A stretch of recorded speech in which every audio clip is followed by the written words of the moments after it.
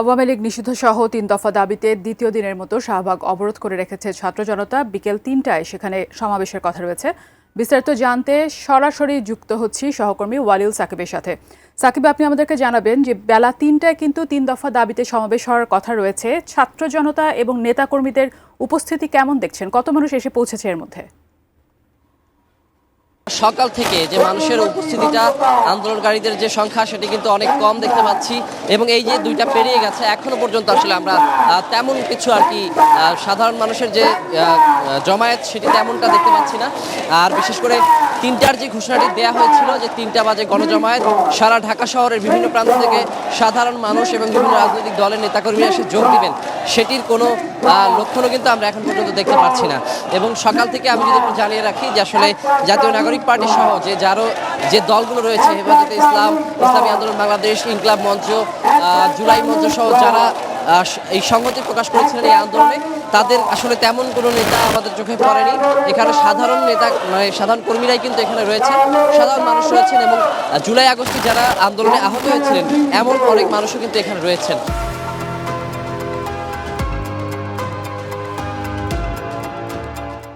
তো তারা তাদের মতো করে যে দাবিগুলো সেগুলো উত্থাপন করছেন এবং যে স্লোগান সেটি কিন্তু তারা দিচ্ছেন।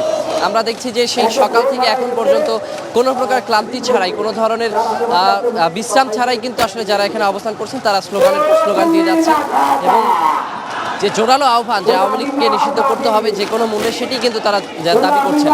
তা আমি কিছুক্ষণ আগেও কিন্তু এখানকার যারা আন্দোলনকারী রয়েছেন তাদের সঙ্গে কথা বলছিলাম, তারা কিন্তু নানান ধরনের প্রশ্ন তুলছেন।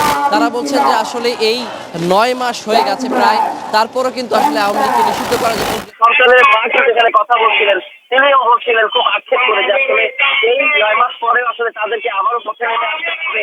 তার সন্তান যেমন পথে নেমে প্রাণ দিয়েছেন, আসলে তাকেও এখানে পথে নেমে আসতে হবে আওয়ামী লীগ নিষিদ্ধের দাবি নিয়ে।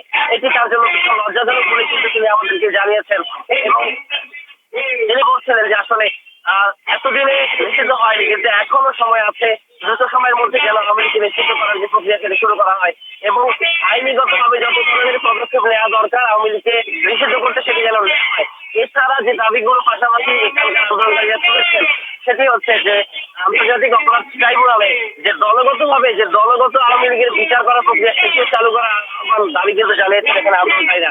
এবং সবশেষ যে দাবিটি তাদের রয়েছে সেটি হচ্ছে যে জুলাই পরিপত্র ঘোষণা, যেটি আসলে এতদিনে নিষিদ্ধ হয়নি, কিন্তু এখনো সময় আছে, দ্রুত সময়ের মধ্যে যেন আওয়ামী লীগকে নিষিদ্ধ করার যে প্রক্রিয়া সেটি শুরু করা হয় এবং আইনিগতভাবে যত ধরনের পদক্ষেপ নেওয়া দরকার আওয়ামী লীগকে নিষিদ্ধ করতে সেটি যেন নেওয়া হয়।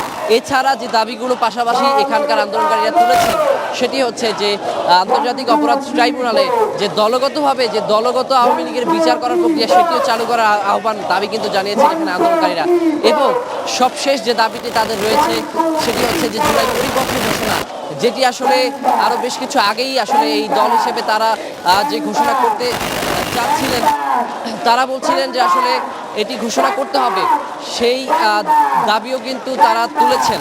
এবং আমরা দেখতে পাচ্ছি যে আসলে এখানে যারা রয়েছেন সকাল থেকে, এই যে গরম পড়েছে, অতিরিক্ত পরিমাণে গরম এবং তপ্ত রোদ, এটিকে উপেক্ষা করে কিন্তু তারা তাদের অবস্থান কর্মসূচি পালন করছেন এবং কোনো ধরনের ক্লান্তির ছাপ আমরা দেখতে পাচ্ছি না তাদের মধ্যে। তবে তারা বলছেন যে আসলে যদিও এখন যে গণজমায়েতের যে ব্যাপারটি সেটি এখনো হয়নি, মানুষের সংখ্যা কমে গেছে, তবে তারা বলছেন যে আসলে ধীরে ধীরে এই জমায়েতটি বাড়বে এবং কিছুক্ষণের মধ্যেই হয়তো বিভিন্ন প্রান্ত থেকে মিছিলের মাধ্যমে মিছিল নিয়ে প্রতিবাদ স্লোগানের মধ্য দিয়ে কিন্তু তারা এসে তাদের যে অবস্থান কর্মসূচি সেটি তারা করবেন। এবং গণজমায়েতের যে ঘোষণাটি গতকাল রাতে দেওয়া হয়েছিল যে জাতীয় নাগরিক পার্টির,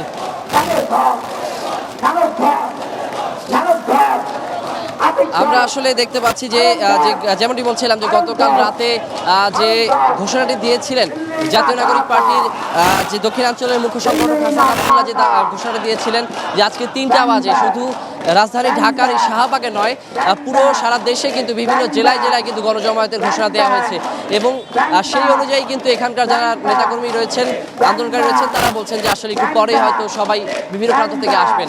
আর এই হাসান আবদুল্লাহর ঘোষণার মধ্যে কিন্তু যে আমি 3টি দাবির কথা বলছিলাম সেই দাবিগুলোর কথা কিন্তু তারা উপস্থাপন করেছিলেন এবং হাসান আবদুল্লাহ আরেকটি যে বিশেষ আহ্বান সবার প্রতি জানিয়েছেন যে গণজমায়েত করতে হবে, তবে যেন কোনো সড়ক মহাসড়কে কেউ অবস্থান না নেন। তারা বলছেন যে একমাত্র শুধুমাত্র রাজধানী ঢাকার যে শাহবাগের মোড়েই কিন্তু তারা যান চলাচল বন্ধ করে অবস্থান নিয়েছেন। আর কোথাও যেন যান চলাচলে বাধা সৃষ্টি করা না হয়, শান্তিপূর্ণভাবে যেন সবাই গণজমায়েত করেন এবং যে আওয়ামী লীগ নিষিদ্ধের যে জোরালো দাবি সেটি যেন সবাই উত্থাপন করেন, সেই ব্যাপারটি কিন্তু হাসান আব্দুল্লাহর পক্ষ থেকে ঘোষণা দেওয়া হয়েছে। আর গতকালে যদি একটু জানিয়ে রাখি আমি যে যে যে জাতীয় নাগরিক পার্টির আরেকজন যে নেতা রয়েছেন সার্জিস আলম, তিনি কিন্তু আসলে দাবি জানিয়েছেন যে এখানে অনেক রাজনৈতিক দল ইতিমধ্যেই একাত্মতা ঘোষণা করেছেন, সহমত জানিয়ে সবাই তাদের সঙ্গে আওয়ামী লীগ নিষিদ্ধের দাবি তুলে ধরেছেন, একমাত্র বিএনপি বাদে। তো সার্জিস আলম কিন্তু বিএনপিকে এখানে এসে অবস্থান নেওয়ার আহ্বান জানিয়েছেন এবং বিএনপিকে এই দাবির সঙ্গে একাত্মতা ঘোষণা করার দাবি জানিয়েছেন। তবে আমরা এখন পর্যন্ত আমরা কোনো যে বিএনপির কোনো সংগঠন অঙ্গ সংগঠন কারো পক্ষ থেকে কিন্তু আসলে এই ব্যাপারটির পক্ষে কোনো ধরনের সহমত পোষণ করতে দেখিনি এবং এই অবস্থান কর্মসূচিতে বিএনপির পক্ষ থেকে আনুষ্ঠানিকভাবে কিন্তু কোনো ধরনের ঘোষণা এখন পর্যন্ত দেওয়া হয়নি। আর যেমনটি বলছিলাম, জাতীয় নাগরিক পার্টি সহ যারাই এখানে একাত্মতা ঘোষণা করেছেন, ইসলামী আন্দোলন বাংলাদেশ, হেফাজতে ইসলাম, ইনকিলাব মঞ্চ, জুলাই মঞ্চ সহ যারা এখানে আছেন, তারা কিন্তু বলছেন যে আসলে যতক্ষণ পর্যন্ত এই ঘোষণা না আসবে তাদের এই কর্মসূচি চলবে। এবং এই যে শাহবাগ মোড়, আমরা জানি যে রাজধানী ঢাকার অতি গুরুত্বপূর্ণ এই পয়েন্ট হচ্ছে শাহবাগ মোড়, এই শাহবাগ মোড়ে তারা কিন্তু অবস্থান নিয়ে রাখবেন এবং যান চলাচল বন্ধই থাকবে। তো তারা সরকারের প্রতি উদাত্ত আহ্বান জানাচ্ছেন যেন অতি দ্রুত এই যে আওয়ামী লীগ নিষিদ্ধ করার যে প্রক্রিয়া সেটি যেন শুরু করা হয় এবং যেন কোনো ঘোষণা আসে সরকারের পক্ষ থেকে যে আওয়ামী লীগ দলগতভাবে তাদের বিচার হবে এবং আওয়ামী লীগকে নিষিদ্ধ করা হবে। তো এখন পর্যন্ত কিন্তু এই অবস্থায় আছে আমার কাছে, আমি দেখতে পাচ্ছি। আর একটু যদি জানিয়ে রাখি যে আসলে এই আজকের যে এই দাবিটি এই জোরালো পর্যায়ে এসেছে, গত পরশুদিন আমরা দেখেছি যে আওয়ামী লীগ সরকারের যে গত 2 মেয়াদের রাষ্ট্রপতি ছিলেন আব্দুল হামিদ, তিনি চিকিৎসার কথা বলে যে দেশ ছেড়েছেন, তারপর থেকে কিন্তু এই আন্দোলনের দানা বেঁধেছে এবং বিগত 9 মাসে আমরা নানা সময় দেখেছি যে আওয়ামী লীগ নিষিদ্ধের দাবিগুলো উঠেছিল।